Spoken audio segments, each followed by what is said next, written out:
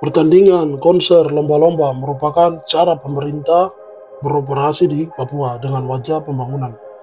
Pengalian-pengalian isu ini sangat klasik sekali dan sudah biasa bagi para pemimpin politik, pemerintah, bahkan para korporasi yang sedang bekerja sama dengan pemerintah daerah. Sehingga isu-isu utama seperti perampasan tanah adat, pengungsian warga, hingga pembongkaran politik semuanya dibungkam dengan isu yang baru hadir.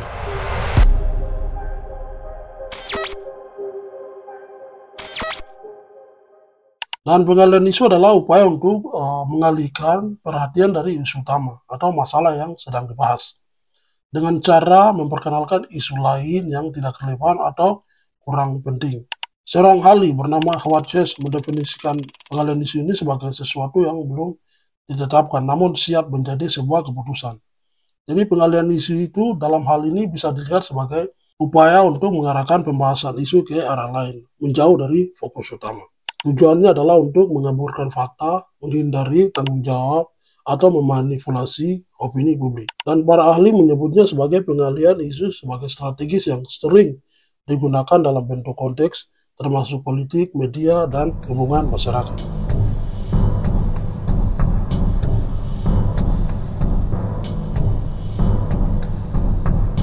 Saya tidak menyebutnya kapitalisme, tapi pemerintah daerah bersama pemerintah pusat di Papua sering tampil dengan wajah pembangunan, seperti jalan trans, bandara baru, proyek smelter, sawit, hingga mega tambang emas. Tapi pembangunan itu tidak datang tanpa harga.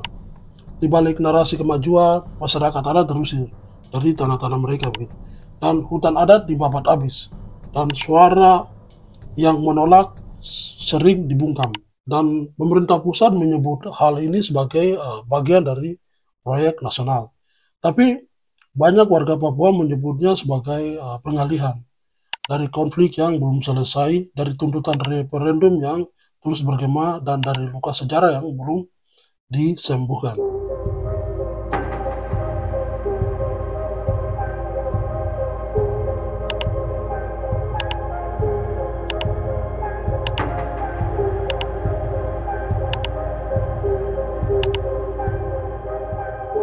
Kalau kita mau lihat bagaimana pengalihan isu itu terjadi, yaitu pemerintah secara masif mempromosikan narasi pembangunan infrastruktur sebagai satu-satunya solusi masalah di Papua.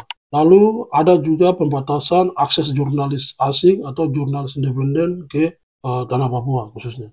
Dan jika ada pihak-pihak yang kritis atau menyuarakan isu HAM, isu politik, isu soal isu lingkungan, masyarakat adat, mereka-mereka ini sering dilabeli sebagai pro-separatis atau pro-anti pembangunan yang membuat mereka sulit, enggan untuk bersuara.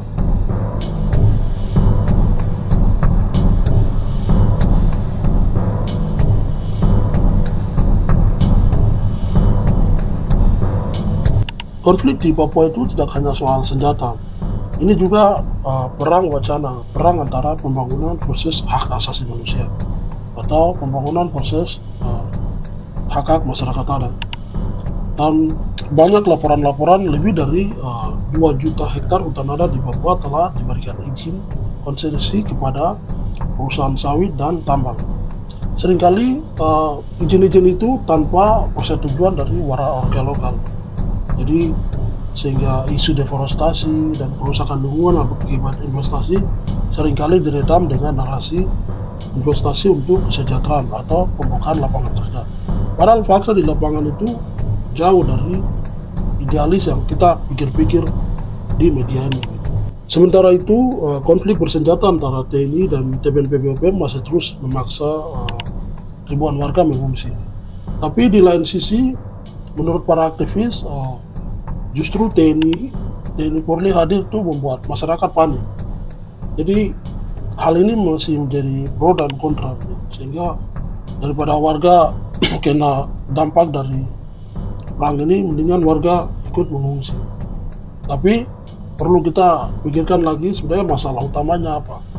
Apakah TNI hadir untuk memberikan kenyamanan, mengayomi masyarakat, TNI Polri ya, tapi kita tidak tahu begitu fakta di lapangan. Cuma banyak kesaksian, banyak warga aktivis mengatakan sebaliknya begitu.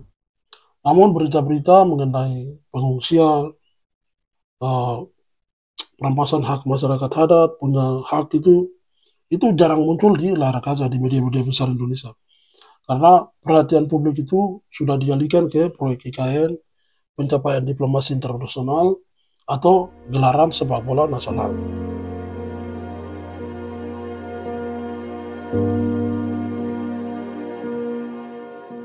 Pertanyaannya bukan sekedar apakah Papua sudah dibangun, tapi untuk siapa pembangunan itu dikerjakan. Jika pemerintah pusat dinilai oleh para aktivis Papua sebagai para kapitalis yang adalah sistem yang katanya membawa kesejahteraan, harusnya buat Papua itu lebih sejahtera, tapi berbeda jauh di lapangan. Dan pemerintah pusat dinilai tampak seperti serigala berbulu domba, membungkus kepentingan ekonomi dengan selimut kemajuan. Jadi masyarakat adat, lingkungan, dan hak politik rakyat Papua menjadi harga yang dibayar tanpa pernah diminta.